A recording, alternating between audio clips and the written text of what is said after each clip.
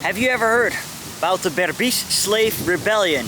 Well, behind me you see a statue of Kofi, and he was the slave rebel leader that fought against the Dutch colonizers. And that happened in the year 1763. In this video I'm gonna tell you about the forgotten Berbice Slave Revolt. The Dutch saying naar de Berbices gaan does not mean much good.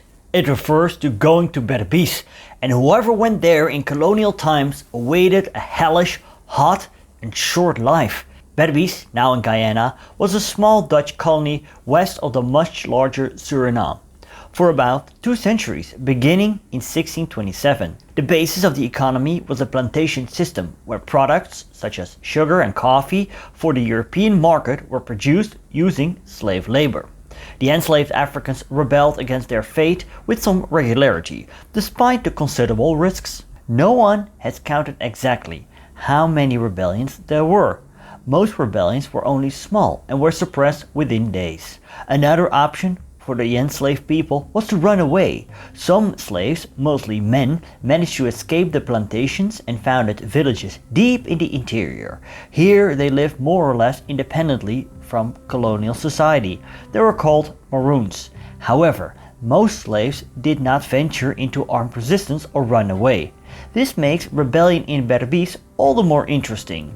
It was here that one of the largest rebellions in the 18th century Caribbean took place between February 1763 and July 1764. This rebellion is remarkable for several reasons. The most striking thing about it is that the rebels acted as masters. They enslaved their opponents. More on that later. The rebellion was also longer lasting than elsewhere and more extensive. Almost all the enslaved people of Berbice were dragged into it, for better or worse. Only 30 years later, in Haiti, would enslaved people again revolt in large numbers. This revolution, which included hundreds and thousands of people, has become far more famous than the one in Berbice, because it eventually led to the independence from France. Almost 13 years of struggle, Haiti became the world's first post-colonial black country in 1804. This did not happen in Berbice. However, new research showed that the rebellion in Berbice was a foreshadowing of that in Haiti. Again, it was not only about resistance to slave status, but also about self-government. Slavery was of crucial importance in Berbice, not only as a basis of the colonial economy, but also as a guiding force in the relationship with the communities that already originally inhabited the area, the Arawaks and Caribs. Indeed, they sold enslaved people, whom they had captured in the war among themselves, for example to the Dutch, and were willing to tolerate them in their territory. In the second half of the 17th century, however, this trading relationship increasingly led to conflict as the colonists, lacking workers, also tried to enslave the natives, their allies. African slaves also joined these short-lived rebellions. The colonists wanted to prevent such coalitions at all costs. Therefore, as in Suriname, treaties were introduced that prohibited planters from enslaving friendly natives and in turn obliged Arawaks and Caribs to track down runaway slaves and provide military support to Dutch authority in case of attack or revolt. By 1763, there were some 5,000 to 6,000 slaves in Berbice. We do not know exactly how many of them had been born in Africa and how many in Berbice itself. This distinction would come into play during the rebellion. The latter, referred to as Creoles, were better integrated into the colonial society, into the country's slave culture. They had more family ties in the colony and spoke the same language, Berbice Dutch.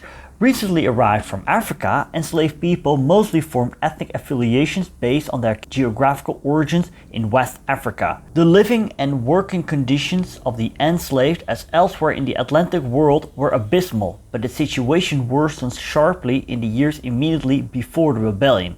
The 7 Years' War made it difficult to import food from the Dutch Republic. A series of epidemics claimed many lives. The remaining slaves had to work harder and were given less to eat. The exponentially increased workload and food shortage eventually led to an uprising in February 1763, organized by a Creole African coalition led by Kofi. The rebels, armed with guns, knives and bows, easily overwhelmed the 350 white overseers. colonial authority collapsed almost immediately as plantation owners and government officials fled in panic to neighboring colonies or hauled up on merchant ships to sail away. After the first major attack, the fighting subsided. A stalemate then developed. Governor Simon van Hogenheim dug in on a large sugar plantation near the coast with a number of civilians and some 150 soldiers sent from Sint Eustatius and Suriname. However, they could do little but wait for reinforcements from the Dutch Republic. Kofi in turn chose to negotiate, perhaps following the lead of Maroons in Suriname, who had gained their official independence through diplomatic consultations during this same period. However, negotiations in Berbice came to nothing. Indeed, they sowed discord in the rebel group, according to eyewitness accounts from original inhabitants and enslaved people of that period. The dividing line paralleled the Creole-African line. Many Creoles wanted to negotiate, many Africans wanted to fight, presumably because the Creoles trusted the Europeans more and moreover had more to lose, while many Africans had more confidence in their military capabilities because many of them had been soldiers before they were enslaved in Africa. At the end of the summer, the Creole Koffi was replaced by the African Ata.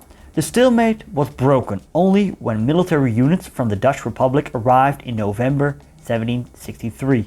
The rebels were driven from the plantations. Arawak and Caribs prevented them from establishing Maroon villages deeper inland. The rebels thus became isolated and faced shortages of arms, gunpowder and food. Moreover, they became increasingly entangled in the war between themselves, with origins in Africa often determining loyalties. The situation thus became untenable for many rebels, and in the first months of 1764 they began to surrender to the Dutch in increasing numbers. Still, it took another 6 months before the colonists regained control of their colony. More than 150 people were then executed at the stake, on the wheel or on the gallows. The sources for the rebellion are very extensive and they include, in addition to colonial correspondence, the examinations of nearly 900 enslaved people, both men and women, from 1764. These examinations show how extraordinary this rebellion actually was. They prove that the rebellion in Berbice was not just resistance to slavery as such. In fact, the leading rebels themselves enslaved those who did not want to participate. This is due to the fact that not everyone supported the rebellion. The sources put into perspective the apparent massiveness of the rebellion. It is true that all enslaved people were dragged along, but some participated under duress or with little enthusiasm. Others left their plantations, but mainly to hide from the violence. Many had mixed feelings because the stakes were enormous and if the rebels lost, the consequences were fatal. On some plantations, the powerful bombas, master servants, themselves enslaved, opposed the rebellion under their influence. The enslaved fled into the forest or fought the rebels. When the latter arrived on such plantations, they often killed the bomba first. If the rebels did not intend to keep the plantation in production, they took everything they could use and set fire to the buildings, including the huts, to make them uninhabitable. They recruited young men for the army, sometimes violently, and took beautiful young women for the rebel leaders. This may not be surprising, but what is striking is that they set themselves up as masters and forced the rest of the people to work for them. That the rebels made slaves appears in many interrogations, and native spies for the Dutch confirmed it. Such forced labor made sugar and rum for the new lords, worked as craftsmen and personal servants, while women washed, cooked and cleaned, and sometimes had to provide sexual services. Some witnesses told of being trafficked by the rebels. But why did they do this? The insurgents faced difficult choices. To permanently drive the Dutch out of Berbice and free all black people, they had to quell opposition within their own circles to increase their influence against the colonists and the administration. They had to feed themselves and their followers, and for any later trading relationship with Europeans they needed to export crop. Almost naturally, this led them to enslave their opponents. It is also possible that from the beginning the rebel leaders had in mind not general emancipation but a new regime, this time with themselves in charge. This could be traced back to the situation in West Africa, where slavery was common.